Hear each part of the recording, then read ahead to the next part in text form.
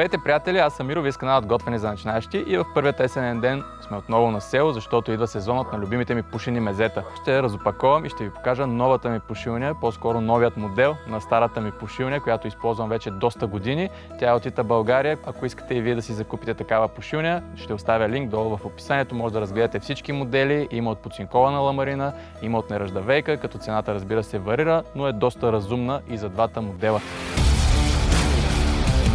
Отделянето на пушилнята отнема не повече от 10 на минутки, като за целта ще ви трябват само отверка, клещи и ключе. В сайта може да намерите и картинка с схемата, за да се улесните в случай, че имате някакви затруднения.